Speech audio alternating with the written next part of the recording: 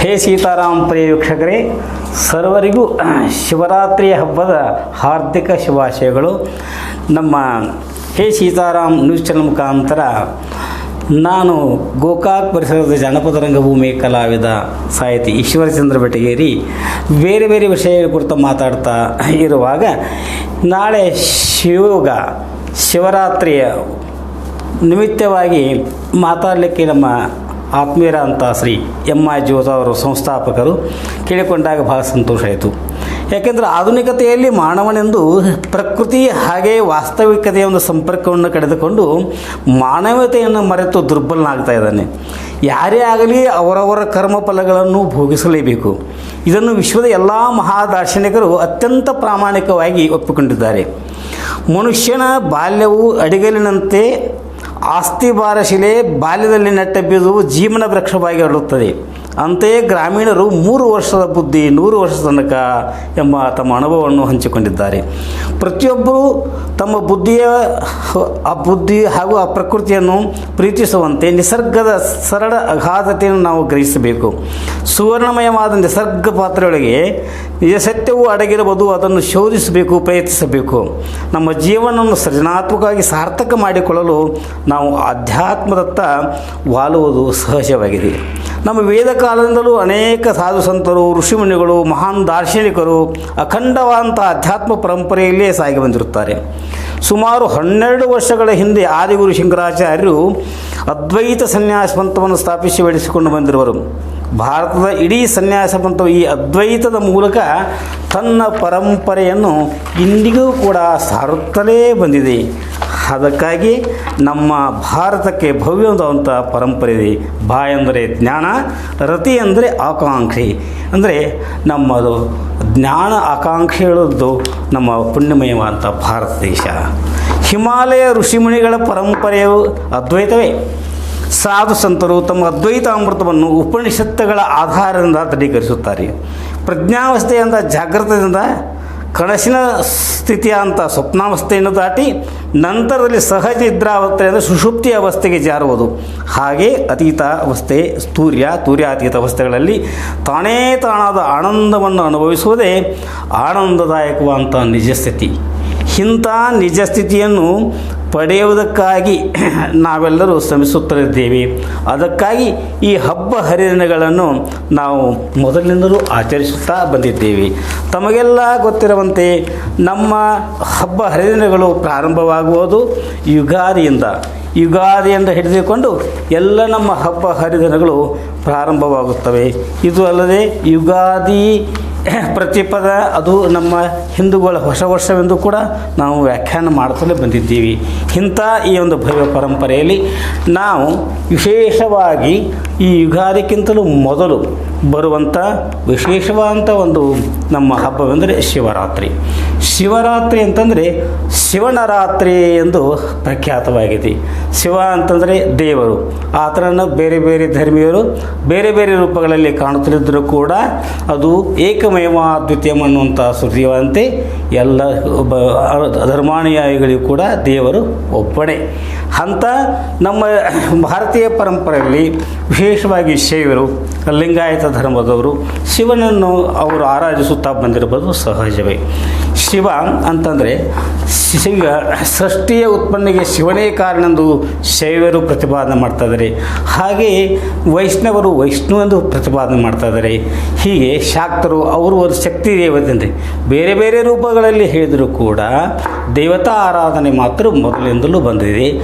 ಹಾಗೆಯೇ ವಿಶೇಷವಾಗಿ ಶಿವರಾತ್ರಿ ಅಂದಾಕ್ಷಣ ಶಿವನ ಸಾಮೀಪ್ಯವನ್ನು ಪಡೆಯುವುದು. ಚತುರ್ವಿಧ ಪುರುಷಾರ್ಥಗಳಲ್ಲಿ ಅಂದರೆ ಪುರುಷಾರ್ಥದಲ್ಲಿ ಧರ್ಮ, ಅರ್ಥ, ಕಾಮ, ಮೋಕ್ಷ ಈ 4ಗಳಲ್ಲಿ ನಾವು ಒಂದೊಂದನ್ನೇ ಸಾಧಿಸುತ್ತಾ ಹೋಗಿ ಕೊನೆಗೆ ಮೋಕ್ಷವನ್ನು ಪಡೆಯಬೇಕಾಗುತ್ತದೆ. ಅದಕ್ಕಾಗಿ ಏನಾಗ್ತದೆ, ವಿಶೇಷವಾಗಿ ನಾವು ಸಾಲೋಕ್ಯ, ಸಾಮೀಪ್ಯ, ಸಾರೂಪ, ಸಾಯುಜ್ಯ ಹೀಗೆ 4 ಹಂತಗಳಲ್ಲಿ ಪರಮಾತ್ಮನ ಒಂದು ವಾಸವನ್ನು ಅನುಭವಿಸುತ್ತಾ ಬರುವುದು ವಾಡಿಕೆಯಾಗಿದೆ.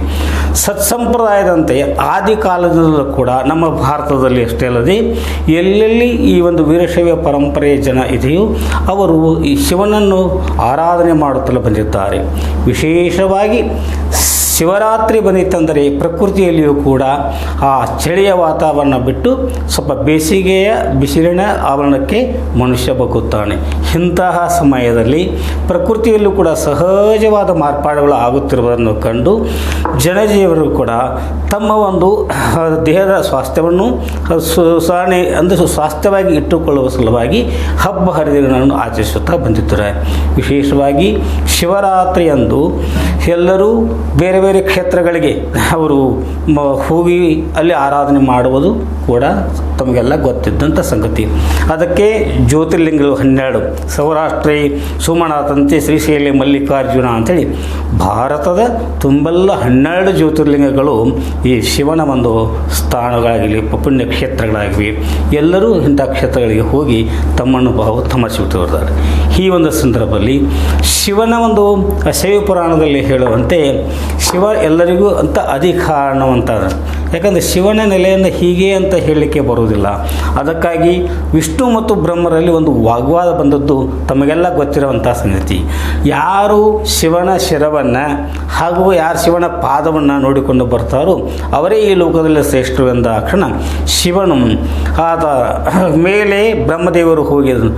ಪಾತಾಳದ ಪಾದವನ್ನು ನೋಡುವ ಸಲುವಾಗಿ ವಿಷ್ಣು ಪರಮಾತ್ಮ ಕೆಳಗಡೆ ಹೋದಾಗ ಎಲ್ಲಿ ನೋಡಿದರೂ ಕೂಡ ವಿಷ್ಣು ಪರಮಾತ್ಮನಿಗೆ ಶಿವನ ಪಾದಗಳು ಕಾಣದೇ ಇದ್ದದ್ದರಿಂದ ನಿರಾಯಾಸವಾಗಿ ಮೇಲೆ ಬಂದು, ಭಗವಂತ ಶಿವನೇ ನಿನ್ನ ಪಾದಗಳನ್ನು ನನಗೆ ಕಾಣಲಿಕ್ಕೆ ಆಗಲಿಲ್ಲ ಅಂತ ಸತ್ಯವನ್ನು ನುಡಿಬಿಡ್ತಾನೆ.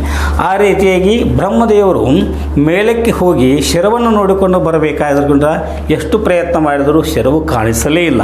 ಅದಕ್ಕಾಗಿ ಆತನು ಬರುವಾಗ ಆತ ಸಹಜವಾಗಿ ನಾನು ನೋಡಿದೆನೆಂದು ಸುಳ್ಳು ಹೇಳಬೇಕು ಅನ್ನೋಂಥ ಪ್ರಮೇಯಲ್ಲಿರುವಾಗ ಅದಕ್ಕೆ ಒಂದು ಸಾಕ್ಷಿ ಬೇಕಲ್ಲ ಅಂಥೇಳಿ ಗೋಮಾತೆ ಅಲ್ಲಿ ದಾರಿಯಲ್ಲಿ ಸಿಕ್ಕಾಗ ನನಗೆ ನಾನು ಶಿವನ ಶಿರವನ್ನು ನೋಡಿದ್ದೇನೆ ಅಂತ ಹೇಳುತ್ತೇನೆ, ಅದಕ್ಕೆ ನೀನು ಸಾಕ್ಷಿ ಹೇಳಬೇಕು ಅಂದ ಕ್ಷಣ ಬ್ರಹ್ಮಣ ಮಾತನ್ನು ಮೀರಲಾರದಂಥ ಆ ಗೋಮಾತೆ ಆಗಲಿ ಎಂದು ಗೋವನ್ನು ಅಲ್ಲಾಡಿಸುತ್ತದೆ. ಹಾಗೆ ಈ ಶಿವನ ಸಮ್ಮುಖದಲ್ಲಿ ಬಂದಾಗ ನಾನು ಶಿರವನ್ನು ನೋಡಿದ್ದೇನೆ ಎಂದ ಕ್ಷಣ ಇದಕ್ಕೆ ಸಾಕ್ಷಿ ಯಾರು ಅಂದ ಕ್ಷಣ ಗೋಮಾತೆ ತನ್ನ ಮುಖವನ್ನು ಅಲ್ಲಾಡಿಸಿದರೂ ಕೂಡ ಬಾಲವನ್ನು ಅಲ್ಲಾಡಿಸಿ ಇಲ್ಲ ಸುಳ್ಳೊಂದು ಪ್ರತೀತಿಯನ್ನು ನೀಡ್ತದೆ. ಅಂದರೆ ಇದಕ್ಕಾಗಿಯೇ ಈ ವಿಶೇಷವಾಗಿ ಗೋಮಾತೆಯ ಬಾಲವನ್ನು ಪೂಜಿಸುತ್ತಾರೆ ವಿನಃ ಮುಖವನ್ನು ಕಡಿಮೆ. ಅದಕ್ಕಾಗಿ ಬ್ರಹ್ಮದೇವ ಸುಳ್ಳು ಹೇಳಿದ್ರಿಂದ ಆತನು ಶಿವನ ಶೂಲದಿಂದ ಆತ ಒಂದು ಮುಖವನ್ನು ಆತ ಕಳೆದುಕೊಂಡು ಆತ ಲೋಕದಲ್ಲಿ ಪೂಜೆಗೆ ಅನರ್ಹನಾಗಿದ್ದಲ್ಲದೆ ಚತುರ್ಮುಖ ಬ್ರಹ್ಮನೆಂದು ಹೆಸರಾಗಿದೆ. ಈ ರೀತಿ ಒಂದು ಪರಂಪರೆದಾಗ ಶಿವನ ಅಗಾಧವಾದಂಥ ಒಂದು ಶಕ್ತಿಯನ್ನು ನೋಡು. ಶಿವ ಪಾರ್ವತಿ ಇವರಲ್ಲಿ ಭೇದ ಅನ್ನುವುದೇನಿಲ್ಲ. ಯಾಕೆಂತಂದರೆ ಶಿವನ ಬಿಟ್ಟು ಪಾರ್ವತಿ ಇಲ್ಲ, ಪಾರ್ವತಿ ಬಿಟ್ಟು ಶಿವ, ಶಿವ ಮತ್ತು ಶಕ್ತಿ ಇಬ್ಬರು ಕೂಡಿದಾಗ ಈ ಒಂದು ಸೃಷ್ಟಿಯ ಒಂದು ಕಾರ್ಯವನ್ನು ಮಾಡಲಿಕ್ಕೆ ಸಾಧ್ಯತೆ ಇದೆ. ಅದಕ್ಕಾಗಿ ಪ್ರತಿಯೊಬ್ಬರು ಶಿವರಾತ್ರಿಯ ದಿವಸವ ತಾವು ಶುಚಿರ್ಭೂತರಾಗಿ ಸ್ನಾನಾದಿಗಳನ್ನು ಮುಗಿಸಿಕೊಂಡು ಅಲ್ಲಲ್ಲೇ ಸ್ಥಾವರ ಲಿಂಗಗಳಿಗೆ ಕೂಡ ಹೋಗ್ಬೋದು, ಅಥವಾ ಮನೆಯಲ್ಲಿರ್ತಕ್ಕಂಥ ಇಷ್ಟಲಿಂಗವನ್ನು ಪೂಜೆ ಮಾಡಬಹುದು. ಕೊನೆಯಾಗಿ ಅವತ್ತು ಉಪವಾಸವನ್ನು ಆಚರಣೆ ಮಾಡಬಹುದು. ಜೊತೆಗೆ ಅವರು ಒಂದು ರಾತ್ರಿ ಶಿವನ ರಾತ್ರಿ ಅಂತ ಕೂಡ ಶಿವಧ್ಯಾನದಲ್ಲಿ ಕಾಲ ಕಳೆಯುವುದು ಮೊದಲಿನಿಂದಲೂ ಬಂದಂಥ ಒಂದು ಸಂಪ್ರದಾಯವಾಗಿದೆ. ಈ ಸಂಪ್ರದಾಯವನ್ನು ಎಲ್ಲರೂ ಬಾಲವೃದ್ಧರಾಗಿ, ಅಂದರೆ ಸಣ್ಣ ಮಕ್ಕಳನ್ನು ಹಿಡ್ಕೊಂಡು ವಯೋವೃದ್ಧರು, ವರ್ಷದ ಹೆಣ್ಣು ಮಕ್ಕಳಾದಿಯಾಗಿ ಎಲ್ಲರೂ ಸಂಭ್ರಮದಿಂದ ಆಚರಣೆ ಮಾಡ್ತಾ ಇದ್ದಾರೆ. ಅದು ಬಹಳ ಒಂದು ಸಂತೋಷದ ಸಂಗತಿ. ಇಂಥ ಒಂದು ಸಂದರ್ಭದಲ್ಲಿ ಯಾಕಂದರೆ ಎಲ್ಲದಕ್ಕೂ ಕಾರಣ ಸೃಷ್ಟಿಕರ್ತನಾದ ಮಹಾಲಿಂಗ. ಆ ಮಹಾಲಿಂಗದಿಂದ ಕರ್ಮ, ಕರ್ತರ, ಮೂರ್ತಿ, ಅಮೂರ್ತಿ, ಶಿವಪೂಜೆ ಅನ್ನುವಂಥ ಪಂಚಸದಾಕಿಗಳು ಉತ್ಪನ್ನವಾಗಿವೆ. ಈ ಪಂಚಸದಾಕಿಗಳಿಂದ ಸದ್ಯೋಜ್ಜಾತ, ವಾಮದೇವ, ಅಘೋರ, ತತ್ಪುರುಷ, ಈಶಾನ್ಯ ಅನ್ನುವಂಥ ಪಂಚಮುಖಗಳು ಉತ್ಪನ್ನವಾಗಿವೆ. ಈ ಪಂಚಮುಖಗಳಿಂದ ನಕಾರ, ಮಕಾರ, ಶಿಕಾರ, ವಕಾರ, ಯಕಾರಗಳೆಂಬ ಪಂಚಾಕ್ಷರ ಪ್ರಣವಗಳು ಉತ್ಪನ್ನವಾಗಿವೆ. ಈ ಪಂಚಾಕ್ಷರಿ ಪ್ರಣವಗಳಿಂದಲೇ ನಮಃಶಿವಾಯ ಅನ್ನುವಂಥ ಪಂಚಾಕ್ಷರಿ ಮಂತ್ರ ಉತ್ಪನ್ನವಾಗಿರುವುದು.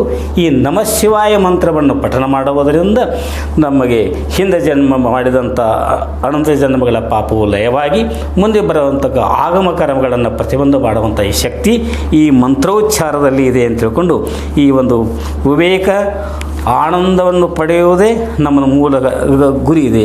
No man is born to a religion, every man has religion in his soul. Let there be a many religious there are human beings in the world.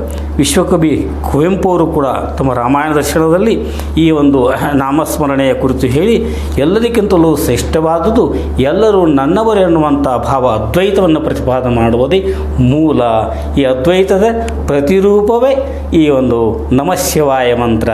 ಅದಕ್ಕಾಗಿ ಎಲ್ಲರೂ ಶಿವರಾತ್ರಿಯನ್ನು ಸಂಭ್ರಮದಿಂದ ಆಚರಿಸಿ ಸಲವರು ಆ ಶಿವನ ಒಂದು ಪ್ರೀತಿಗೆ ಪಾತ್ರರಾಗಬೇಕನ್ನುವಂಥ ದೃಷ್ಟಿಯಿಂದ ಇವತ್ತು ನಮ್ಮ ಹೇ ಸೀತಾರಾಮ್ ನ್ಯೂಸ್ ಚಾನಲ್ ಮುಖಾಂತರವಾಗಿ ನಾನು ತಮಗೆ ಅನಂತ ಶಿವರಾತ್ರಿಯ ಶುಭಾಶಯಗಳನ್ನು ಕೋರ್ತಾ ಸರ್ವರಿಗೂ ಸುಖವಾಗಲಿ.